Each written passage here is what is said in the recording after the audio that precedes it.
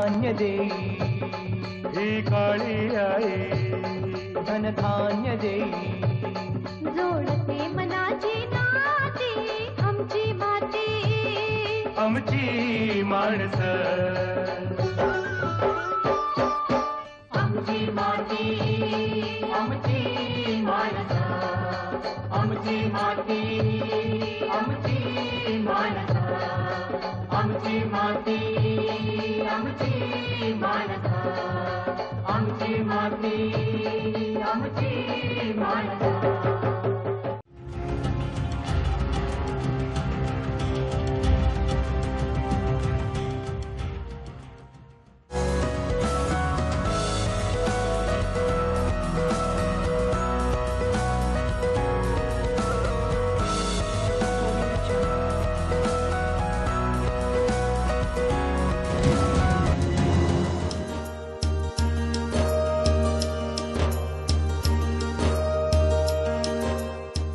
भारतासारख्या शेतीप्रधान देशात शेतकरी वर्गाला उपयुक्त ठरेल असं संशोधन आणि प्रयोग कृषी क्षेत्रात व्हायला हवेत हा विचार स्वातंत्र्यपूर्व काळातही केला जात असे। कोकणातील खार जमिनीच्या संदर्भात संशोधनाला दिशा मिळावी यासाठी 1943 साली पनवेल गावात खार जमीन संशोधन केंद्राची स्थापना करण्यात आली। हे केंद्र डॉक्टर बाळासाहेब सावंत कोकण कृषी विद्यापीठ दापोली यांच्या अंतर्गत कार्यरत आहे। या केंद्रामध्ये मत्स्यशेती, भात शेती, खार जमीन सुधारणा असे निरनिराळे कार्य चालतात। 1943 साली ब्रिटिश सरकारने हे केंद्र स्थापन केले आणि भाताच्या विविध जाती निर्माण करण्यासाठी प्रयत्न केले। नंतर महाराष्ट्र शासनाने खार जमीन सुधारणेविषयी कार्य सुरू केलं आणि खार जमिनी सुधारण्याच्या विषयी, क्षारांचं प्रमाण कमी करण्याच्या विषयी कार्य करून शेतकऱ्यांना साधक बाधक असे संशोधनाचे निष्कर्ष दिलेले आहेत। 1990 पर्यंत मत्स्य व्यवसाय म्हणजे समुद्रातील मासेमारी असा समज होता।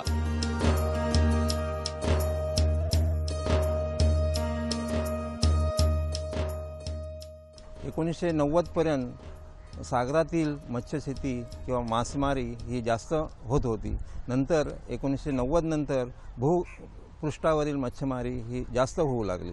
या संदर्भात केंद्र सरकारने आणि महाराष्ट्र शासनाने काही शास्त्रज्ञांच्या या केंद्रावर नियुक्त्या करून या केंद्रामध्ये गोड्या पाण्यातील तसेच खाऱ्या पाण्यातील मत्स्य संशोधन करून शेतकऱ्यांना जास्तीत जास्त उत्पादकता कशी वाढवता येईल या दृष्टीने शिफारसी देण्याविषयी प्रयत्न केलेले आहेत।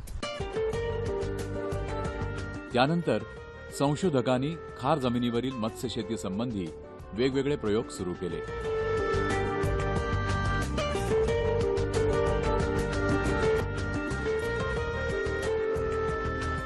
या केंद्रावर गोड्या पाण्यातील तलाव, खाऱ्या पाण्यातील तलाव आणि त्यावर चालणारे संशोधन हे केले जात आहे। या केंद्रावर संशोधनाबरोबर शिक्षण आणि विस्तार कार्यही केले जाते। निरनिराळे ट्रेनिंग इथे घेतले जातात। जिताडावर ह्या माशावर ट्रेनिंग, खेकडा संबंधित ट्रेनिंग हे घेतले जाते। गोड्या पाण्यातील मत्स्यशेतीप्रमाणेच खेकड्यांची शेती ही शेतकऱ्यांना लाभदायक ठरू शकेल अशा विचारातून खेकड्यांवर संशोधन करण्यात आलं।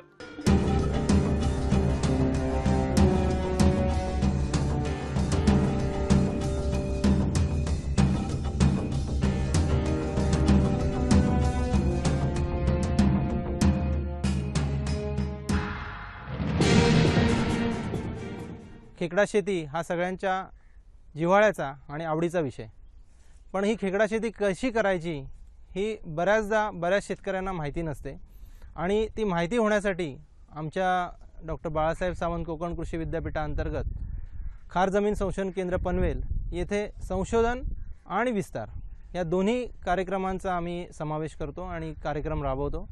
संशोधनाअंतर्गत आम्ही आमच्या केंद्रावर खेकड्याची कोणती जात ही संवर्धनासाठी जास्त फायदेशीर आणि उपयुक्त आहे याचा अभ्यास केला।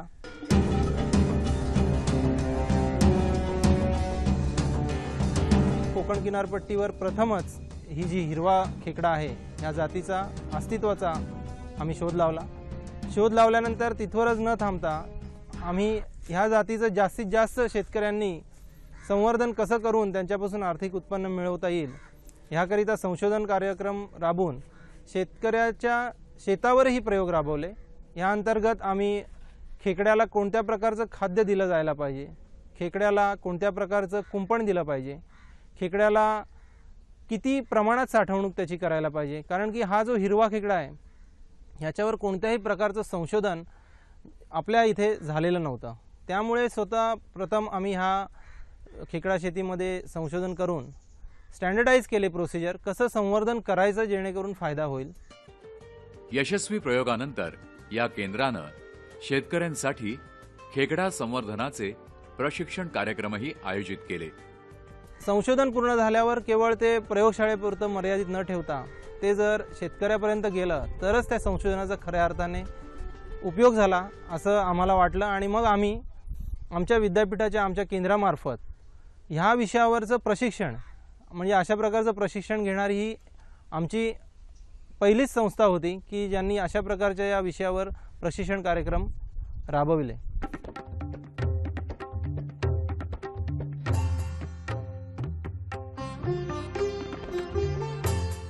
तोटा होईल या भीतीनं शेतकरी कोणत्याही नव्या प्रयोगाला प्रतिसाद देत नाहीत। मात्र दीपक खानावकरांसारखा एखादाच शेतकरी तज्ज्ञांच्या संशोधनावर आणि प्रशिक्षण कार्यक्रमातील मार्गदर्शनावर विश्वास ठेवून नवीन वाट चोखाळतो आणि नव्यानं सुरू केलेल्या व्यवसायातही फायदा मिळवून जातो।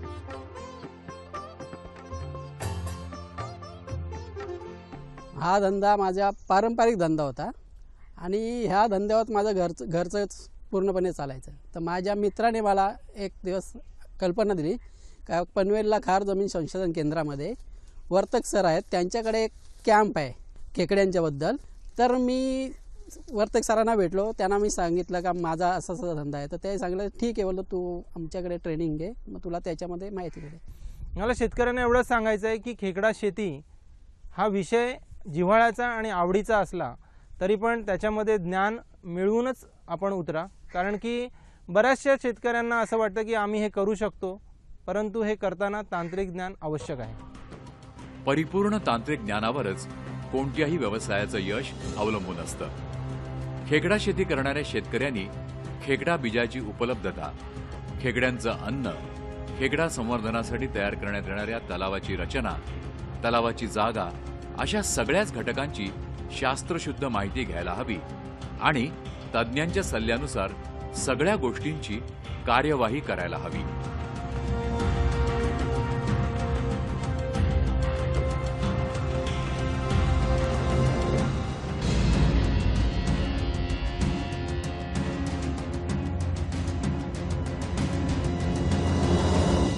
तांत्रिक ज्ञान म्हणजे काय तर खेकड्याची जात कोणती, तर खेकड्यामध्ये दोन जाती आहेत, एक म्हणजे लाल खेकडा आणि एक म्हणजे हिरवा खेकडा। दोन्ही खेकड्याच्या जातींना मार्केट चांगलं आहे, परंतु हिरव्या जातीचा जो खेकडा आहे तो 2.5 ते 3 किलोपर्यंत वाढतो आणि जो लाल खेकडा आहे तो 800 ग्रॅमपर्यंत वाढतो। दोन खेकड्यांना ओळखण्याची अतिशय सोपी खूण आहे।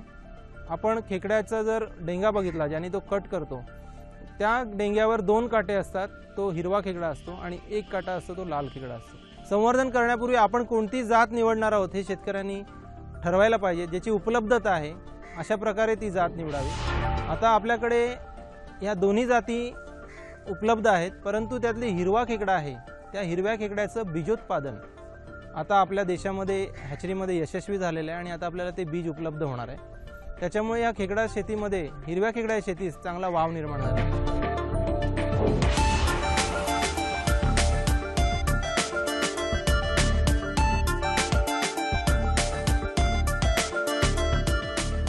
खेकड्याला कुंपण करणं फार गरजेचं असतं।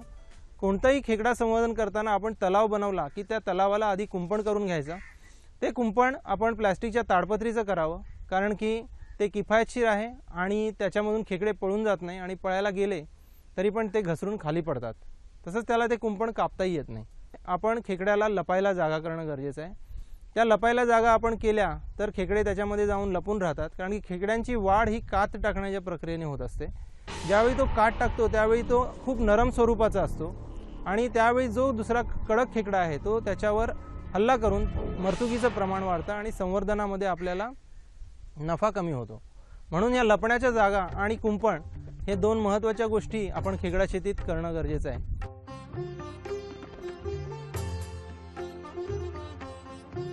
ट्रेनिंग घेतल्यानंतर मी हा धंदा हिरव्या खेकड्यांचा धंदा चालू केला. म्हणजे हा खेकडा मी आमच्या नदीमध्ये पण भेटतोय, ते मी पकडून आणून याच्यामध्ये सोडले आणि जवळजवळ मी 1000 पीस याच्यामध्ये असे सोडले आणि त्यांच्यासाठी मी सेफ म्हणून एक ताडपत्रीचा कंपाऊंड मारला आणि त्यांना बसण्यासाठी 5 वगैरे त्याच्यामध्ये टाकलेले आहेत.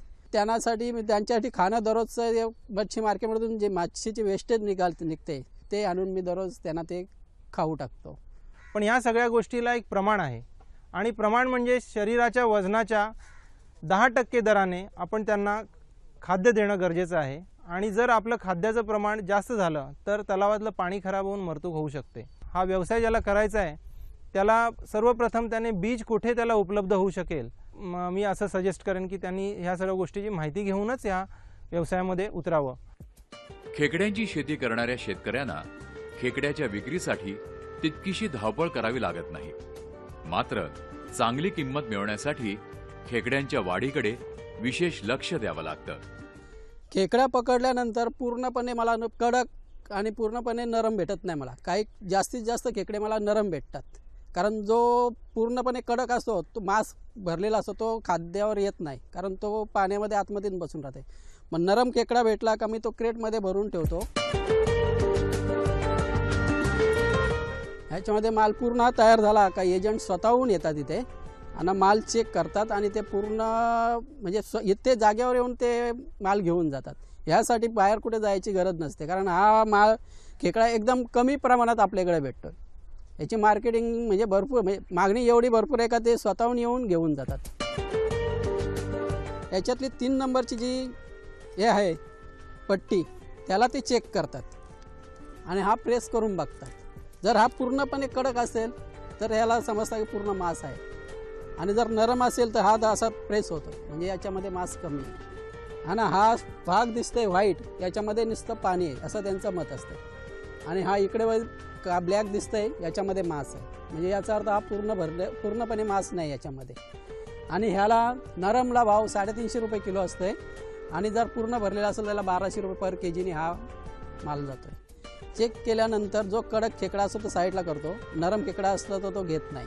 मी सुरुवातीला जवळजवळ 150 खेकडे विकले, ते त्यावेळेला 700-800 ते ग्रॅम होते, त्यावेळेला मला 1 लाख रुपये त्यावेळेला मिळाले.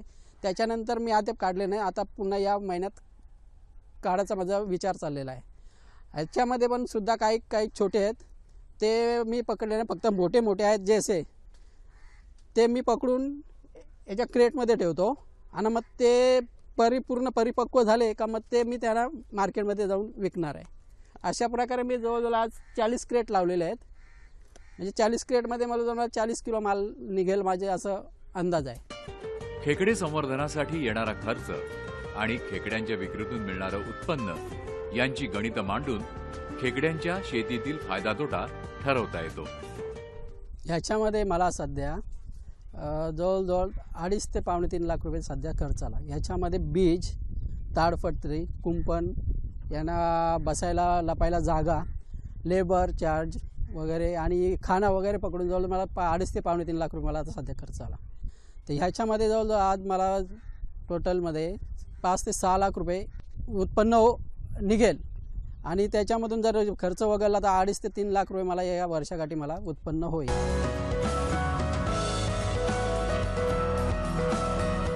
आणि ह्याच्यानंतर ह्याच्यामध्ये मला चांगला उत्पन्न भेटत आहे म्हणून मी आज माझा पुढे एक दुसरा प्रोजेक्ट तयार करायला घेतले आणि त्याच्यामध्ये पण हा मी प्रोजेक्ट चालू करणार आहे.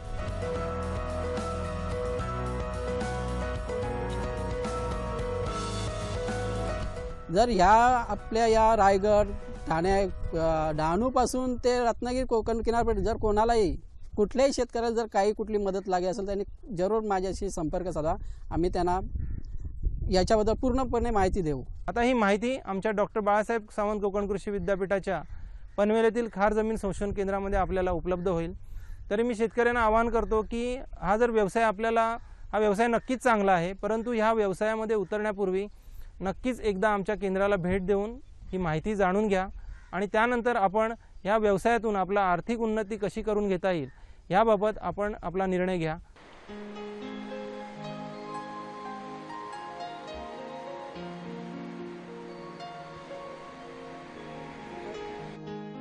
खेकड्याची शेती ही कोकणातील शेतकऱ्यांसाठी नवी संकल्पना असली तरी दीपक खानावकरांसारख्या प्रयोगशील शेतकऱ्यांनी ती यशस्वीपणे राबवली आहे. म्हणूनच त्यांचे अनुभवाचे बोल इतर शेतकऱ्यांना मार्गदर्शक ठरू शकतात.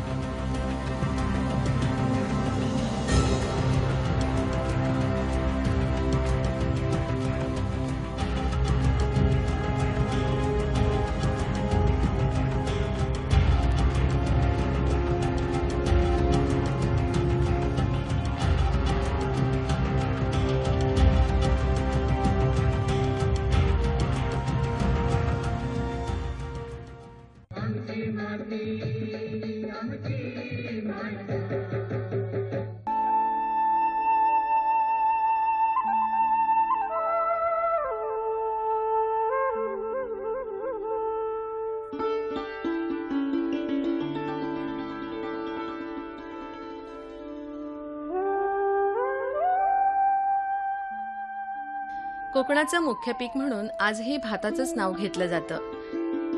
वाढलेल्या उत्पादन खर्चामुळे भात पिकाच्या फायद्याचं गणित बिघडलं आणि कोकणातील शेतकरी भात शेतीपासून दूर जाऊ लागले.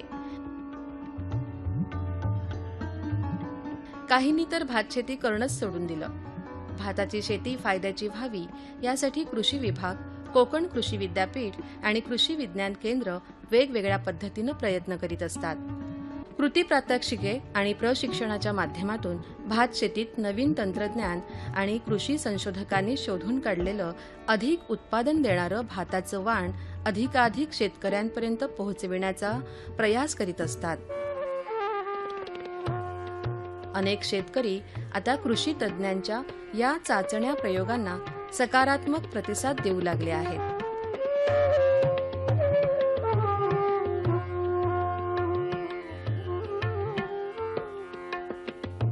महाड तालुक्यातील बिरवाडी जवळच्या देशमुख कांबळे गावातील तुकाराम देशमुख हे कृषी विज्ञान केंद्राच्या संपर्कात आले आणि तेव्हापासून आपल्या शेती क्षेत्रात त्यांनी नवनवीन प्रयोग सुरू केले. भात शेती, भाज्यांचे मळे या शेतीखालील क्षेत्राशिवाय उरलेल्या जमिनीत काहीतरी उद्योग करण्याची देशमुखांची इच्छा होती. कृषी विज्ञान केंद्राच्या अधिकारी तज्ज्ञांच्या मार्गदर्शन प्रोत्साहनातून त्यांनी शेततळं तयार करून मत्स्य संवर्धनाचा व्यवसाय सुरू केला. आज आपल्या शेतावरती भात त्याच्यासोबत भाजीपाला ही पिकं घेत असताना माझ्याकडे एक छोटासा प्लॉट होता आणि त्याच्यामध्ये माझ्या मनात आलं की आपण त्या ठिकाणी मच्छी उत्पादन घेऊया. त्या मच्छी उत्पादन घेण्यासाठी नुसतं शासन देते म्हणून घेण्यापेक्षा मी कृषी विज्ञान केंद्राकडे प्रशिक्षण घेतलं. चांगल्या तऱ्हेचं प्रशिक्षण घेतल्यानंतर महाराष्ट्र राज्य योजनेमध्ये या योजनेचा तलाव आला होता आणि त्या तलावाच्या माध्यमातून तालुक्याच्या माध्यमातून हा मी तलाव खोदला घेतला आणि त्याला मला अनुदान मिळालं आणि उर्वरित जास्त काम होतं ते मी माझ्या पैशाने करून आज या तलावामध्ये रोह, कटला, मृगल ह्या जातीचं चांगल्या तऱ्हेचं उत्पादन घेऊन आज मला त्याच्यापासून चांगलं उत्पादन मिळतंय. आणि हे कसं मला उत्पादन वाढवता येईल यासाठी मी कृषी विज्ञान केंद्राचं सातत्याने मार्गदर्शन घेत असतो.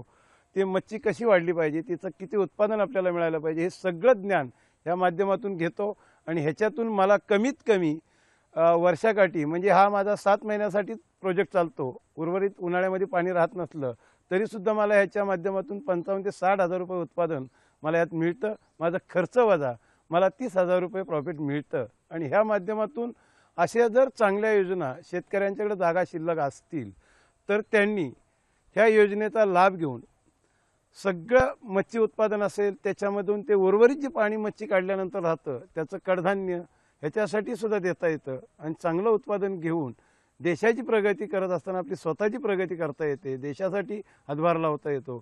आणि ह्या चांगल्या उत्पादनाची साधनं आपल्या इथं आहेत, त्याचा उपयोग फक्त तरुणांनी शेतकऱ्यांनी केला गेला पाहिजे. तणनाशकाच्या प्रयोगामुळे भाताची शेती फायद्याची ठरू शकते आणि पुन्हा एकदा रायगड जिल्हा भाताचं कोठार ही बिरुदावली मिरवू शकतं असा तुकाराम देशमुखांना विश्वास वाटतो. शेतकरी जागा झाला आणि तर तणनाशकांचा जर उपयोग केला तर शेती ही फायद्याची शेती आहे आणि शेतीत एक चांगलं माध्यम आहे हे लोकांनी जाणून घ्यायला शिकलं पाहिजे. आणि आपला विकास घडवण्यासाठी जे तांत्रिक मदत आहे ते सगळे टेक्निशियन आमचं कृषी विज्ञान केंद्राच्या माध्यमातून आम्ही शेतकऱ्यांना सातत्याने संपर्कात राहून आम्ही करत आहोत. शेतकऱ्यांनी पुढं आलं तर फार मोठी प्रगती या कोकणाची झाल्याशिवाय राहणार नाही ही मला अपेक्षा आहे. स्वतःच्या शेतात कृषी विकास प्रयोग करताना कृषी विषयक प्रात्यक्षिकं, प्रशिक्षण शिबिरं, मेळावे यांचं आयोजन करून तुकाराम देशमुख आपल्या परिसरातील शेतकऱ्यांची प्रगती साधण्यासाठी धडपडत आहेत. त्यांची ही धडपड अनेक शेतकऱ्यांना प्रेरणा देऊन जाईल.